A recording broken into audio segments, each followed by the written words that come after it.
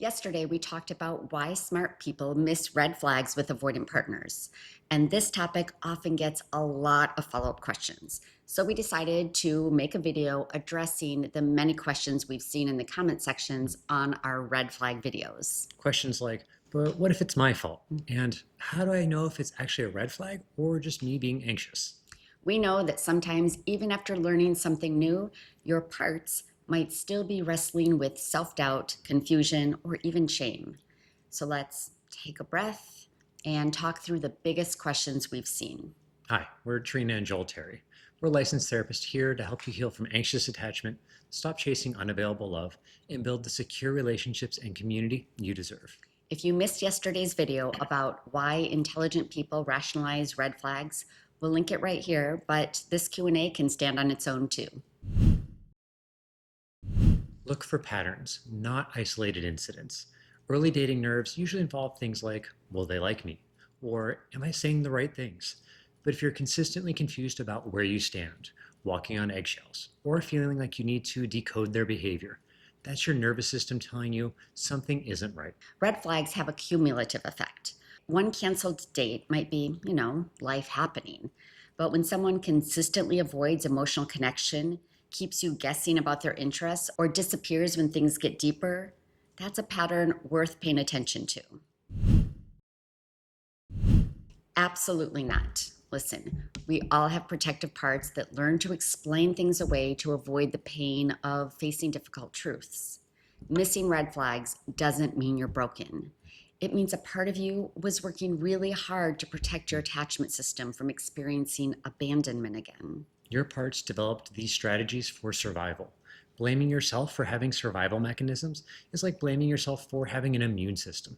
The goal isn't self judgment, it's developing the capacity for self to lead while honoring what your parts were trying to do for you.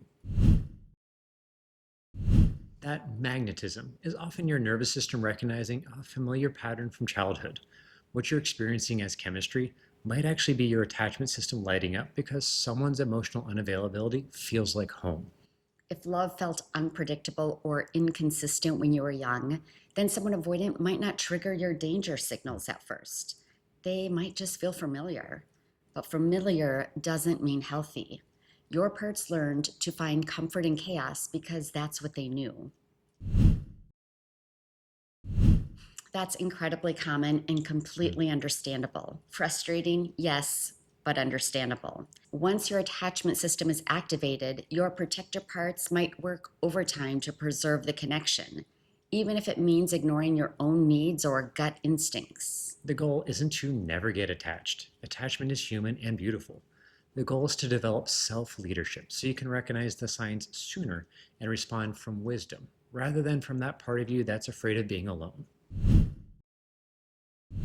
Start with curiosity instead of judgment. When you catch yourself explaining away concerning behavior, pause and ask, what part of me wants to believe this is okay? What is this part afraid would happen if I took this red flag seriously? Your parts will often tell you exactly what they need if you ask with genuine curiosity, not judgment. Maybe there's a part that's terrified of being too picky or that believes you don't deserve better. When self can listen to these parts with compassion, they often become less desperate to control the narrative. This is such a smart question because it shows awareness of the pattern. Try practicing what we call parts check-in. When you notice your mind spinning elaborate explanations, pause and ask your body, how does this actually feel? Your nervous system doesn't lie or create stories. It just responds to what's happening. If your stomach is tight, if you're losing sleep analyzing their behavior, if you feel like you're walking on eggshells, that's information worth trusting over even the most logical explanations. Healing isn't binary, and it's definitely not perfection. Even people with earned security can miss red flags if they're tired, stressed, or going through a difficult time. What matters more is how quickly you can catch yourself, recenter in self, and choose clarity over fantasy. Think of it this way. Healing doesn't mean you'll never have parts that act in extreme ways, thinking they're protecting you.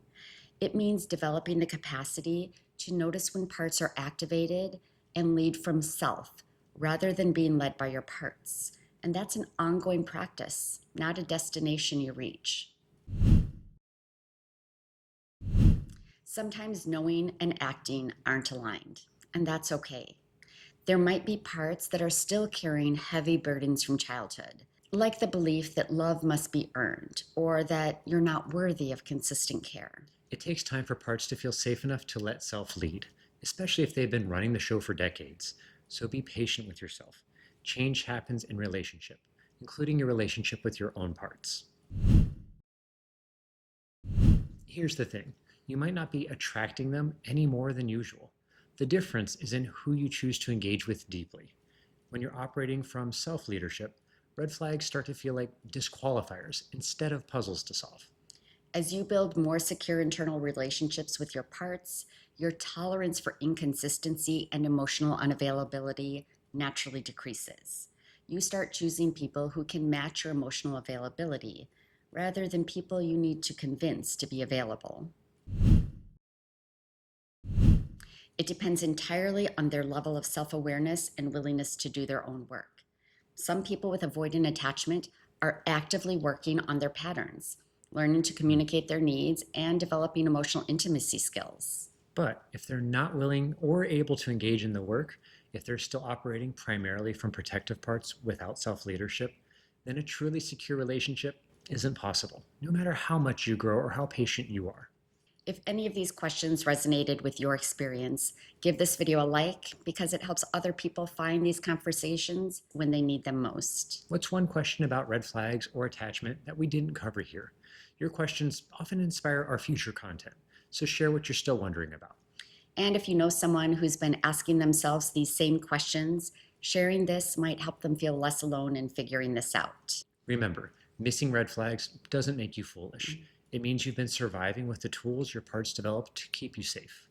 Healing means turning that same intelligence inward and learning to trust what your body and yourself have been trying to tell you all along.